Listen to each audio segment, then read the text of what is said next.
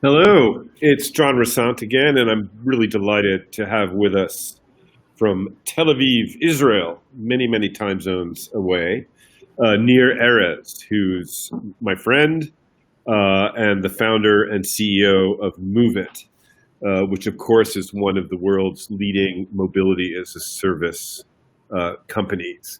Nir, you founded Moovit, I think back in 2011, if I'm not mistaken. And you've certainly grown it into an amazing company that's present in many, many, many geographies, urban geographies around the world. You're all about organizing huge amounts of data, mobility data, and offering a kind of seamless platform, an app for users. So I want to dive right into the conversation. But first, there's something I've been dying to ask you, Nir, and that is, how in the hell did you manage to close your, I think, $900 million, close to $1 billion acquisition by Intel, I think in early May, it closed, right in the middle of a raging pandemic that's still with us? I mean, how does one even do that? And congratulations, by the way. Thank you very much, and I'm very happy to be here virtually. We'll be glad to be in Miami now, speaking to all of you live, but that's the situation. Next year. Next year.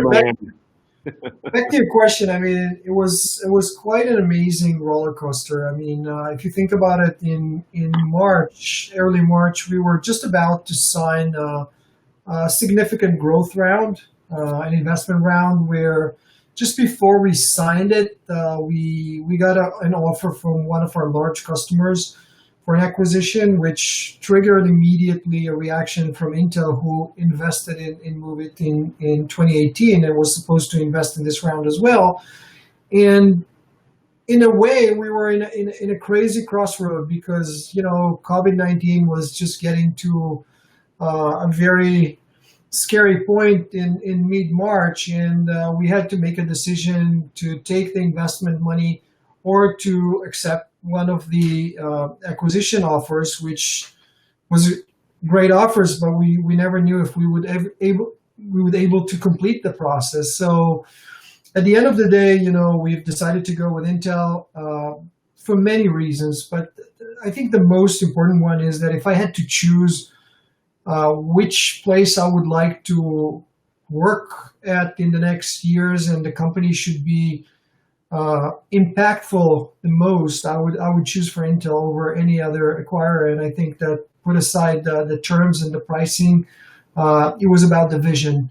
And Mobileye and Professor Amnon Shashua came with a vision that we just couldn't refuse to the opportunity, and we took the risk that in these crazy times it might not happen. But I think Intel was very, very long-term thinkers, and they were not just thinking about the near-term situation, and that what makes it work. But as an anecdote, and I talked about it before, this is a $1+ billion deal that happened without even one face-to-face meeting. Wow. Everything happened over virtual video conferences and teleconferences, and it was still relatively quick if you think about it. Amazing. I mean, it's this new world we're living in, but I guess there was no opportunity to kind of collectively break open a couple bottles of champagne then, but I guess that'll have to wait. No, not at all. But at the end of the day, if you think about the flip side of it, during the due diligence process, nobody was traveling. Yeah. Everybody was at home. Very focused. The distance between two meetings were 5 clicks. Yeah. So exactly. You could actually make a lot of productive work over the video or the media that we've just learned to work with, and it was very, very efficient. Yeah. So let's continue on that COVID theme. And so, what is Moovit and what are you seeing in terms of sort of broad urban mobility and transit trends? And what's the impact of COVID, both sort of near term and long term? I mean, you have your finger on so much data coming out of cities around the world. So yeah. What is it telling you? So absolutely. Just to give you a perspective, I mean, we provide service today in more than 104 countries and 3,200 cities around the world with more than 800 million users. And as you said, our monitors just went crazy in the last few months. And we look at it from two different, let's say, gouges that correlated very closely. One was the number of daily trip plans. We used to see many tens of millions of trip plans a day, and this number dropped in about 80% across the board. And of course, you could see that based on where quarantine was declared and people were forced to stay at home. And in the same time, it affects the same correlative number, which is the number of new users. We used to, prior to the COVID-19, add about 1 million new users a day. And this number dropped to about 100,000 a day, which is 90% drop. That was, probably reached to a deep in mid-April. And since then, we're starting to see countries recovering. The numbers as we see it today, worldwide global numbers are about 70% now from what it used to be before COVID-19, so 7-0. And of course, in some countries, we see a quicker recovery than others. But going back to the second part of your question, still mass transit becomes a more dangerous place to be in. If you're in a bus, a very crowded bus, your chances to get sick are much higher. So even in countries where there's no restrictions at all, we still see that usage of public transit is not back to normal. So it's still scary for a lot of people, and I think it will take time. For the long term, I would assume that we won't be able to avoid to use mass transit, and it will come back either if we find a vaccination or a way to live with this situation. But still, mass transit is the main way people move around the world. Right. But what are you seeing in terms of regional variations? I imagine you can, there's China in sort of one bucket, perhaps Japan, Korea, Taiwan, Singapore in another, US not doing very well at all, and then Europe, which is perhaps in between. How do you see that? Is that roughly how you look at the world? Yeah, but again, I would even go to a more granular way. Definitely in a country level, Korea recovered very quickly. We saw the numbers going up, and then again, there's almost like something has happened as a beginning of a second wave. At least psychologically, we see a little bit of a drop or stopping growth in the last few weeks. While in the U.S., you still see a lot of the cities. People are trying to avoid use public transit way more than I see it in Europe. Europe is returning. Italy, Spain, Germany are returning relatively quickly. They're at about 70 or 80% of what they used to be, while the U.S. is still on the 30, 40%. Right. Interesting. I just want to also remind our participants, please do write in some questions. We'll have time to exchange them with Nir towards the end of this conversation. Moovit is obviously at the heart of the whole mobility as a service space. But when do you think that the full promise of MaaS will be really realized? I guess, North America and Europe, for example. We're still not there in terms of a seamlessness about a transit trajectory during the day. It's a great question because it goes back to the question of what is a mobility as a service in a full mode, and what are we referring to when we say mobility as a service? And for me and for us at Moovit, it's a combination of how do you plan and execute your trip. So we're looking at true multimodality where door-to-door could be calculated first in a very accurate way means that the level of uncertainty goes down dramatically. I mean, you know you're going to leave home and find your way to your destination in a very high level of certainty regarding estimated arrival time, but also the availability of your trip if it combines, I don't know, a scooter, a train, and then the last mile with Uber. So that's one thing, which is the trip calculation. The other thing is how seamless it should be in regards of how do you pay for it. Right now, we're paying for separate modes and separate apps, and that definitely is going to change. I don't know if you had a chance to track, but yesterday it was announced to the markets that we have signed the second part of our strategic partnership with Cubic.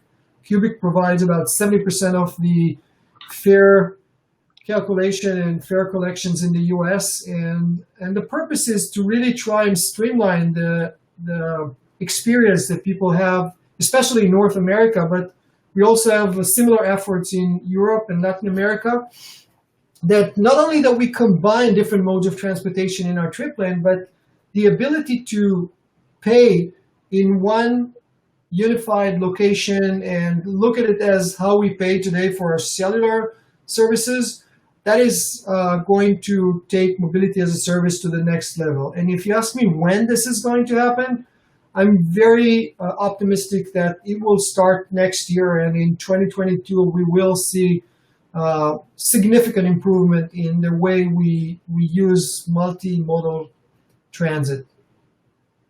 And who will lead? Which city will lead in that? I mean, if what is the dream city for sort of a mass platform, right? Next year, for example, 2022. It's hard to tell. It's hard to tell because, and I'm trying to speak a little bit more in North America aspects, but, in Europe, we see it happens in Madrid or in Rome now in certain levels. But in the US, definitely we see a lot of activity in LA.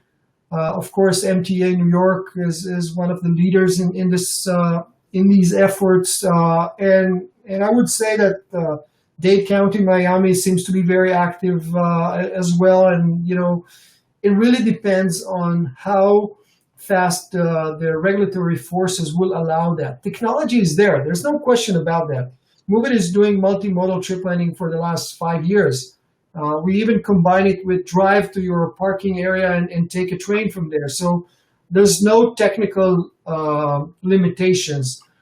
Paying for public transit or different modes of transportation is highly regulated, and it's hyper local. So in many aspects, I would put the ball back in the, I would say, the municipalities or transit authorities' court and said, whenever you're ready, guys, we are. And part of our partnership with Cubic is to be able to not only accept the way they would like to do it, but also be able to perform based on the fact that Cubic already operates in most of these large cities, and it's just a matter of a permission to do it.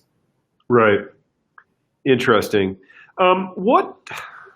Let's talk a little bit more. About multimodality, and obviously the acquisition of Moovit by Intel, and you're being integrated into a lot of Intel's and Mobileye's operations, and vice versa. There's a big autonomy play, and it's Intel has its eye on the long term, as you yourself said. That long term is clearly autonomous. And so when and where do you think robotaxis, for example, will start to be a truly significant part of the modal mix in cities? And do you see a dramatic shift? I mean, what do you see? How do you see that landscape developing? So again, and it's my humble opinion and based on what I'm aware of, but we're working together with Mobileye as part of the big Intel perspective to provide a full solution. Currently, we're looking at multiple cities around the world where we are going to start operating a production service of Robotaxi in 2022. And when you think about it, that's not going to be the significant production volumes, but it is going to be a gradual process of few dozens or maybe a few hundreds of vehicles growing in a gradual way. It will start probably in clearly defined corridors where financially and also regulatory, it will be allowed to do it. Means, when you see a lot of demand or a lot of trends of people's movement towards centers of employment or hospitals. But as we're going to move forward, we're going to see more and more of these services starting to be deployed in suburbs where, people just own a car to drive it to the train station, which is a waste of parking space and a waste of resources. And of course, in centers of cities where, we're looking at the last mile coming from the mass transit. So 2022 will be a year where we're going to start operating production fleets in, I would say, a relatively small footprint, but it will grow gradually. I don't believe that it's going to be a very dramatic shift because you're looking at, again, a very hyper local regulatory permissions, and then people would like to see how it works. The form factor will be very interesting to track. I mean, are we going to use small form factor to a single rider versus 12 seaters for, let's say, ride sharing or pushing, if you want to call it. And I strongly believe that as we move forward, we'll see more and more of these services added up. Right. How much obviously Moovit is focused on people and people getting around a city, but an increasing amount of traffic is in our streets, in our urban streets, whether it's in Beijing or Miami-Dade or Los Angeles or Tokyo, is about goods movement. And I think if there's one lesson from the COVID crisis is that a very significant percentage of the populations around the world has really gotten used to ordering things online and then having them delivered in a kind of contactless way. So how much will Moovit look at that, at that logistics and goods delivery? So currently we're focusing on people's mobility and people's movement within cities. Apparently, the fact that vehicles will be wandering around the city creates a great opportunity to move not only people but also goods. And the vehicle might be divided into two sectors where you could load goods in one component and one compartment, and people can drive the other one. But we are currently very focused on understanding how people are moving. And, you need to be very focused on something in order to be successful. The way we do it today is that we're collecting about 6 billion data points a day from our users. And if you accumulate this statistically, you get a very clear picture of the demand on a daily basis within the city. And that demand dictates corridors where you see that most likely you could bring more than 3 or 4 people in the same vehicle moving to the same similar destination. And that's part of the data that we're collecting to make Robotaxi way more efficient than what we see today on the roads. Yeah. I mean, how much, we're talking about Robotaxis. I mean, presumably there will be a market for individually owned AVs in the future. I mean, how do you see that growing at a certain point, or? I'm not sure. I definitely believe that the early stage of robotaxis will be focused on what we call public transit, not a private AVs. Means that the utilization of the vehicle is dramatically higher when you use it for public services or ride-hailing or car sharing or ride-sharing services. So from what I know right now, most of the services around the world that will start with Robotaxi will focus on a public transit service rather than a private AV. Right, exactly. I mean, we're going to Robin Chase, who of course is the godmother or the god person of so much of the how we think about new mobility, she famously said, I think a decade ago, that autonomous vehicles, the future will either be heaven or hell, for cities, depending on how they're utilized. And I don't know, how do we in fact avoid the hell scenario of somebody sending out an AV to pick up one donut at Dunkin' Donuts to bring it back when you have the munchies, for example. Yeah. So there's no doubt that the unit economic of a robotaxi is much lower due to the fact you don't need to pay a salary to the driver. It's probably going to be reduced in 30-40% than what we see today. Still, I think it would be quite crazy to send a car for a donut. But looking at it from a regulatory perspective, I would assume that in order to avoid the hell situation, as you said, we would definitely need to think about higher utilization and how do we bring more than 2 or 3 or 4 people in the same vehicle in order to reduce congestion. Otherwise, we'll see the same situation we see today with the private vehicles driving bumper to bumper. The infrastructure is not going to grow dramatically. There's no area for increasing, and there's no resources to increase road infrastructure. We need to better utilize the existing infrastructure. And in order to make it heaven rather than hell, we should think about how do we utilize both the vehicles and the infrastructure for the best of, or for the benefit of the community rather than for the single person. Well, yes, but we should have had that conversation, in the immediate post-war era at the start of the, laying out freeways, et cetera, when the individually owned automobile was beginning its conquest of our city. Yeah, but with the autonomous vehicle, I think that the authorities have way more control. Yeah. Because driving your car, nobody can tell you if you drive alone or if you have to drive with 2 or 3 people. The carpool lane is the only way to try and motivate you to pick up more than one person. But if you look at robotaxi services, that's definitely regulated service.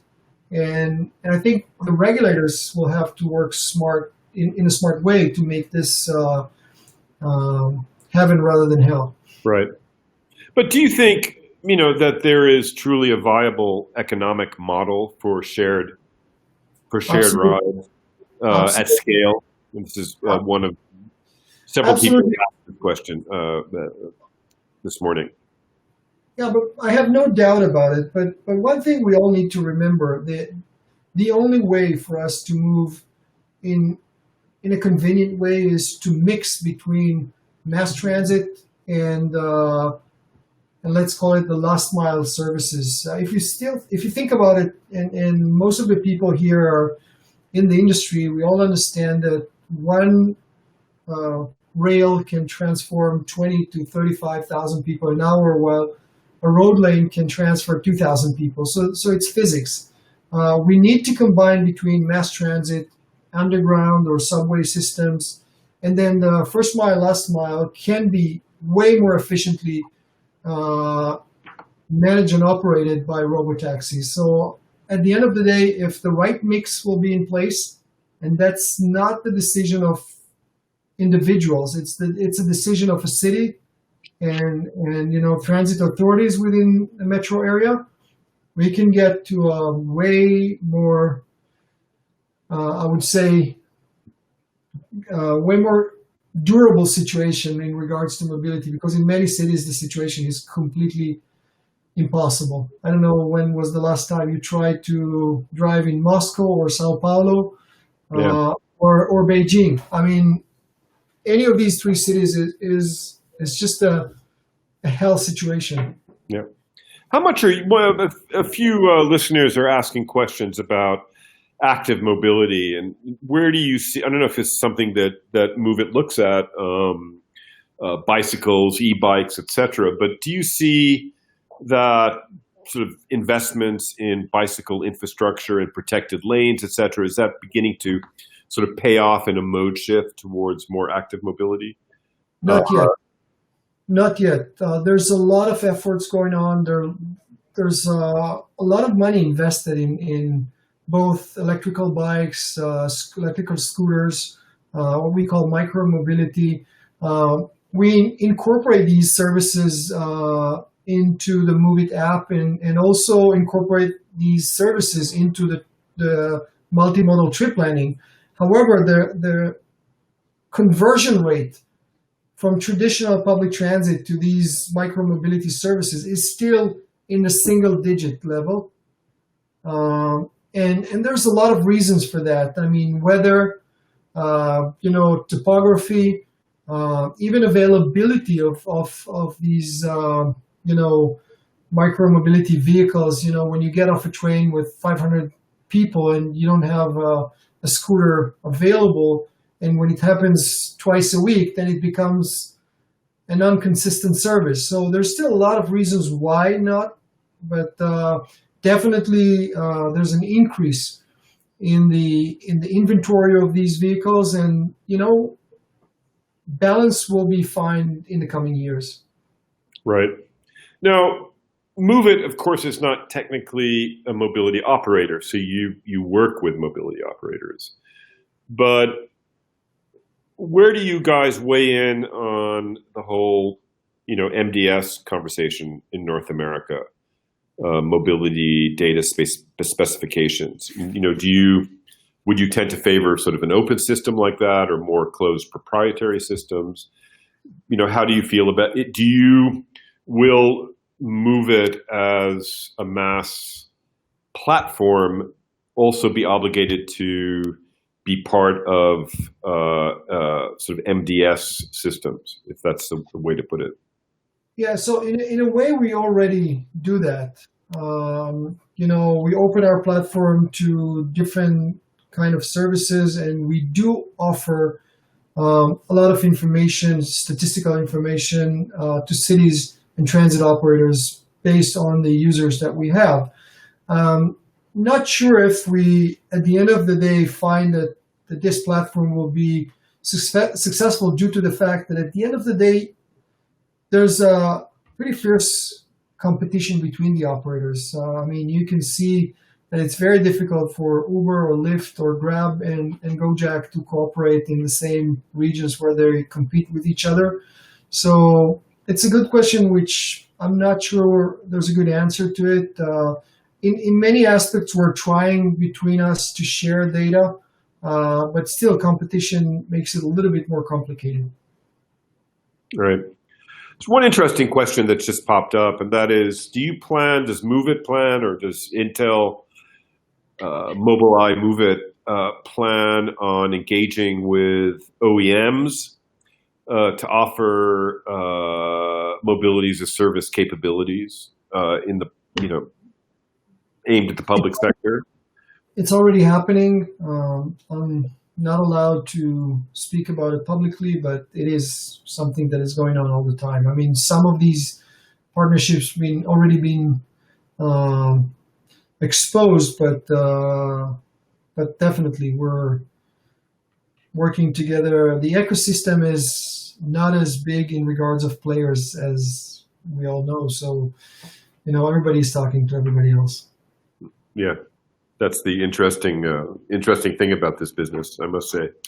How much are you looking at, because we've had several discussions already this morning and yesterday. Mayor Jimenez certainly brought it up. It's one of his big interests and obsessions even. Was discussed today with Senator Brandis earlier, and that's the urban air mobility space. And air taxis, electric air taxis, etc. They're going to start commercial operations. Presumably, will begin probably around 2 years' time, 2023, 3 years' time. Is that something you're looking at already, and what do you anticipate?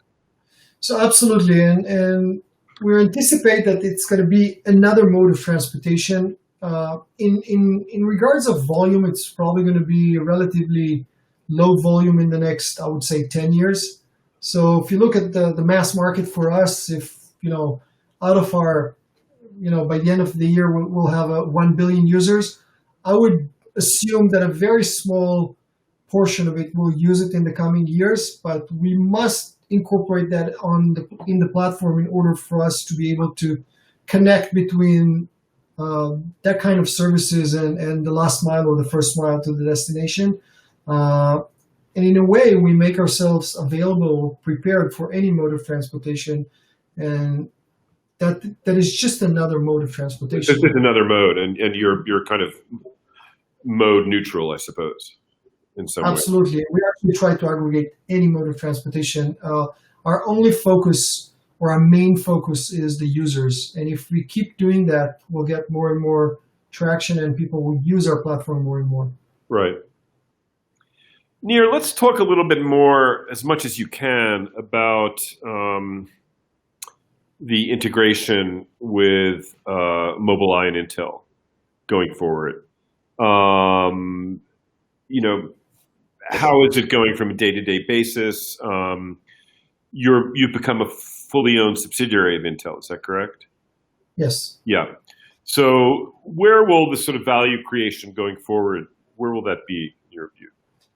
So Professor Amnon Shashua, the head of all mobility efforts at Intel and the CEO of Mobileye, put together a very clear vision of how this is going to evolve within our area at Intel. So there's a stack where Mobileye is responsible for the platform and the AV kit, if you want to call it this way, to put together a Robotaxi, and then there's a layer of operation where Moovit and Mobileye are going to combine forces to fulfill. And on top of it, we're looking at the fleet management routing process, trip planning, which Moovit is providing today.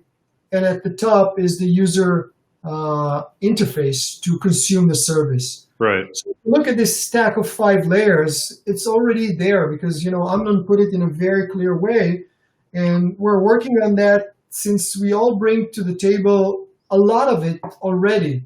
So it's about connecting the dots, integrating the user interface. But I can tell you, I don't know if I'm allowed, but we already have a full cycle of using Moovit to call an autonomous vehicle in Jerusalem, take a ride, pick up people, and drop off people. And last week we demonstrated this is a full cycle working. So it is running or moving much faster than we even expected. And great. It's a great honor and a great pleasure for us to be part of this Intel family and Mobileye family. And we've been accepted with open arms. And it's an amazing experience so far. Well, listen, we'll enjoy hearing much more about that next year and during the year. I wish you very well, Nir. What an exciting time to be doing what you're doing. Absolutely. Thank you very much indeed, and we'll see you soon. Thank you, and thank you, everybody. Thank you. Take care. Bye-bye. Bye.